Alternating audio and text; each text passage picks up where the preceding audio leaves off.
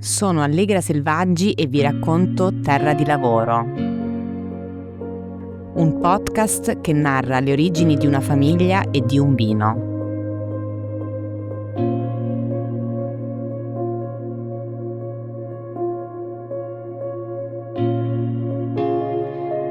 Come accade per tante aziende, c'è sempre una persona dietro e forse questo vale ancora di più nel mondo del vino.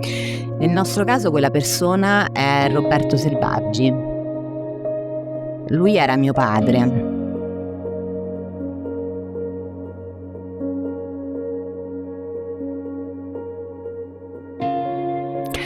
Era una persona completamente fuori dal comune, geniale, di quelle che se si hanno l'opportunità di incontrare almeno una volta nella vita ci si deve ritenere fortunati.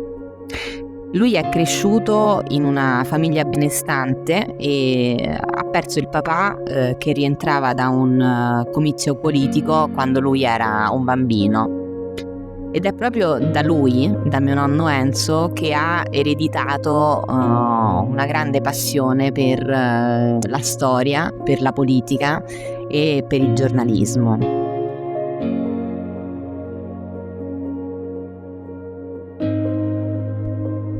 Quando era giovane frequentava il Collegio Morosini e viene invitato da un suo amico a passare alcuni giorni di vacanza nella casa di campagna. Questa era la casa della famiglia Bartoli e si trovava sul vulcano di Rocca Monfina. La famiglia Bartoli era una famiglia nobile, esattamente come lo era la famiglia Selvaggi. La sola grande differenza erano le origini. Mentre la famiglia di mio papà, la famiglia Selvaggi, era filo-piemontese, quella di mio zio Stefano, il suo amico che lo aveva invitato, era una famiglia nobile legata al Regno delle Due Sicilie, quindi di parte borbonica. Mio papà in quei giorni di vacanza che passa lì conosce mia mamma, Maria Luisa Morena, e se ne innamora. Mia mamma era la cugina di Stefano e mio papà inizia a frequentarla e a frequentare la casa della famiglia di mia mamma ed in particolare il Palazzo Morena, il palazzo della nonna di mia mamma che si trovava a Napoli. In questo palazzo c'era una grandissima libreria dove mio papà si perdeva nei pomeriggi che passavano lì, proprio per quella sua passione per la storia, e inizia attraverso quei libri una conoscenza del regno borbonico, del regno delle Due Sicilie. Questo perché? Perché all'interno di questa libreria c'erano tante testimonianze, tanti libri che riguardavano quel periodo lì, poiché la famiglia di mia mamma, la famiglia Morena, era imparentata con il primo ministro delle finanze durante il regno delle Due Sicilie e con il generale Parisi, che aveva guidato l'esercito borbonico durante il regno delle Due Sicilie e attraverso la scuola militare della Nunziatella di Napoli. È così che mio papà, con la lettura di tutti quei libri, scopre una storia a lui completamente ignara. È una storia diversa da quella che aveva letto nei sussidiari di scuola e scopre una verità di un regno che era fatto di re e di personaggi lungimiranti in fatto di amministrazione e di imprenditoria. Scopre quindi questa storia a cui lui si lega e che lo porta ad intraprendere una lunga ricerca verso la memoria di quel regno e degli eroi che ne hanno fatto la storia. I miei genitori si sposano alla fine degli anni 70 e i genitori di mia mamma e i miei nonni danno a loro in dote una casa da rimettere a nuovo e alcuni terreni che si trovano vicino a Valle Marina, che era la casa dove si erano conosciuti.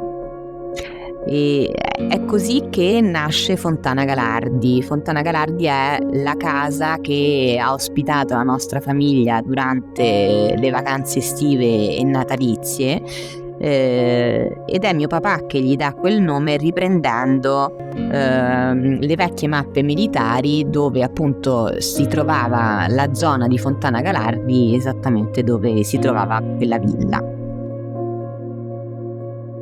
Mio papà la ristruttura e dopo qualche anno, proprio su quei terreni che sono vicino a Fontana Galardi, decide che è arrivato il momento di coronare un suo sogno, ovvero quello di produrre un vino di elevata qualità, proprio perché lui era un grande amante dei Bordeaux, e quindi decide che quello era un luogo ideale per produrre un vino eccellente.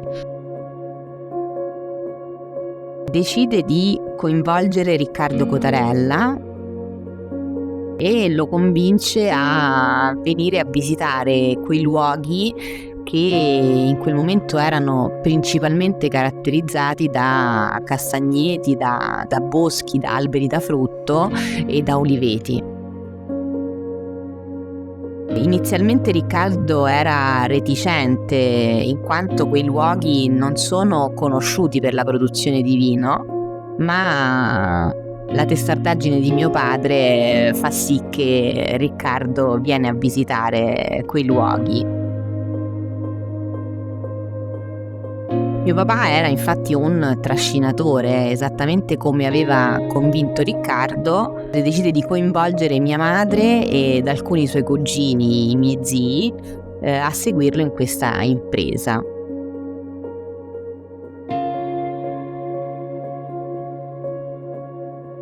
Erano tutti ignari di come si producesse un vino e venivano da ambiti lavorativi completamente diversi, però ognuno aveva una passione legata al vino: chi amava quelli di elevata qualità, chi aveva seguito un corso da sommelier, e quindi lo seguono in questa impresa e in questa avventura che si chiama Galardi.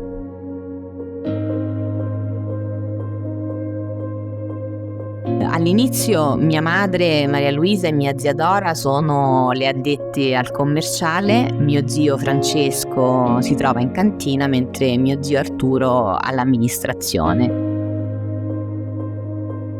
Mio papà era l'addetto alle relazioni pubbliche, che era probabilmente il ruolo che più gli si addiceva.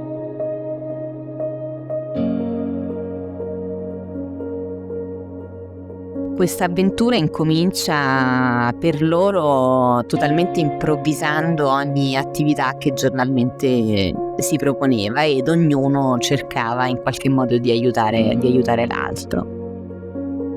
La passione per mio papà della storia, quindi di quella ricerca sul regno borbonico, non si esaurisce con Galardi, anzi lui decide che il vino si chiamerà Terra di Lavoro, ovvero il nome della provincia durante il regno delle Due Sicilie, dove si trovano le vigne, che comprende una parte della Campania, del Molise e del Lazio.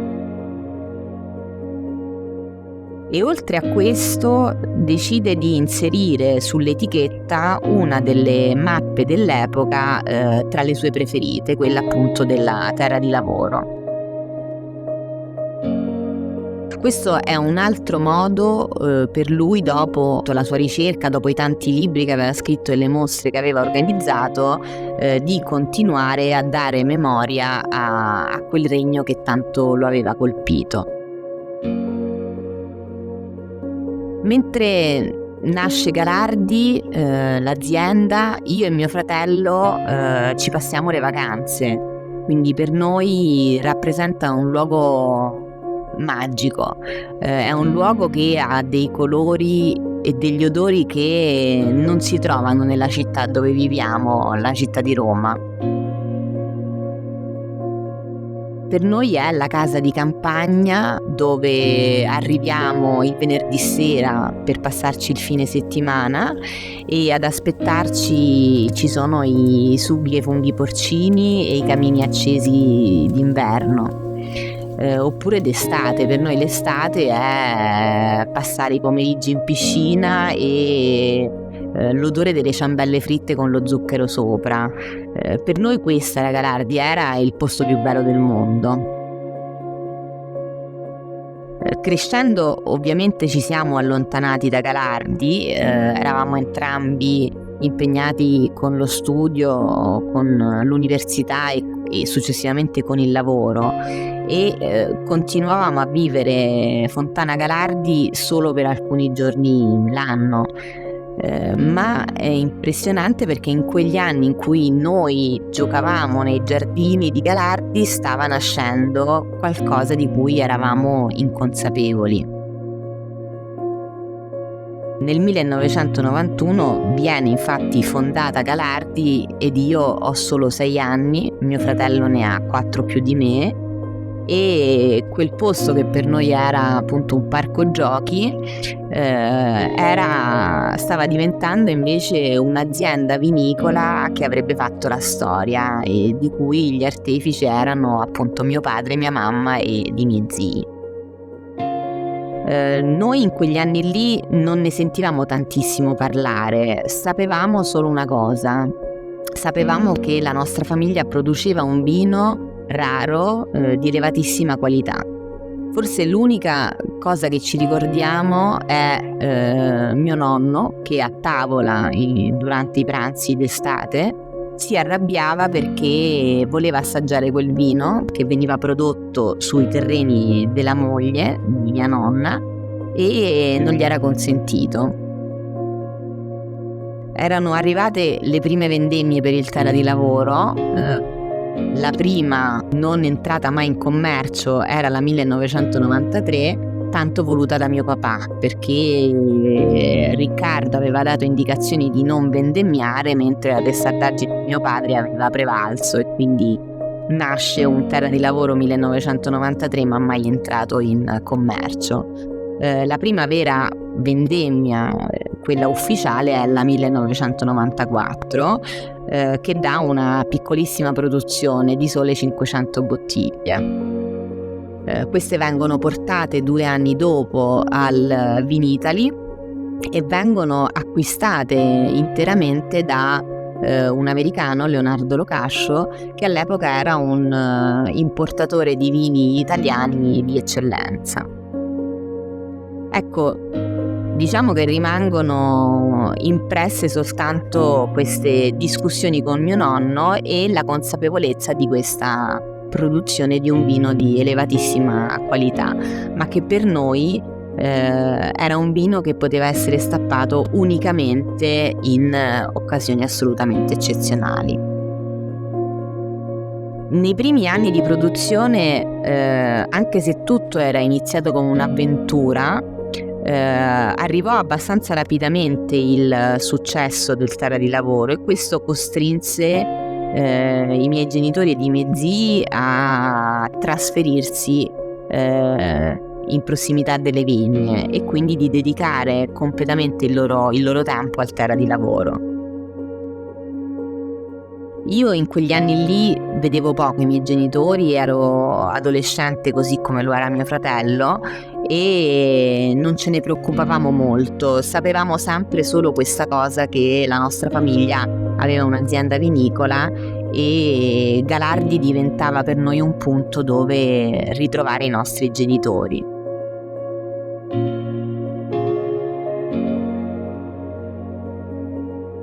Arriviamo al 2001 in cui mio papà viene a mancare alla fine dell'anno, vede la sua ultima vendemmia del Terra di Lavoro in ottobre e è un momento assolutamente doloroso per la nostra famiglia e chiaramente anche per l'azienda.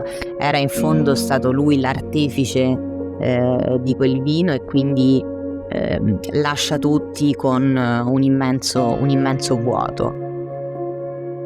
E viene proprio a mancare quando è il periodo di maggior successo per il Terra di Lavoro. Fortunatamente era riuscito a vedere alcuni dei riconoscimenti già conferiti alle annate precedenti, come ad esempio Veronelli, che lo definì il miglior vino d'Italia della vendemmia 1997, e lui vide l'ultima vendemmia 2001, che poi ricevette 99 punti Parker 2 anni dopo, suggellando quel vino in un'icona italiana ed internazionale. Ecco, mio papà non sbagliava nel credere che quel territorio fosse perfetto per produrre un vino di elevatissima qualità. E come tutte le idee che aveva avuto nella sua vita, anche quest'ultima era stata geniale.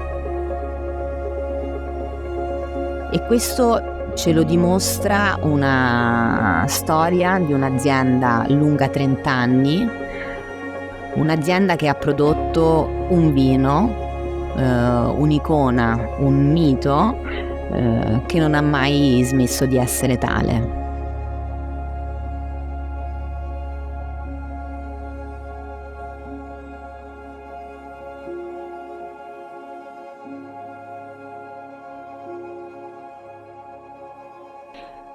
Origini è il primo episodio di questo podcast, pensato e prodotto da Allegra Selvaggi e Leonardo Aquilino nel 2025, con la colonna sonora di Cody Martin, Building Legacies.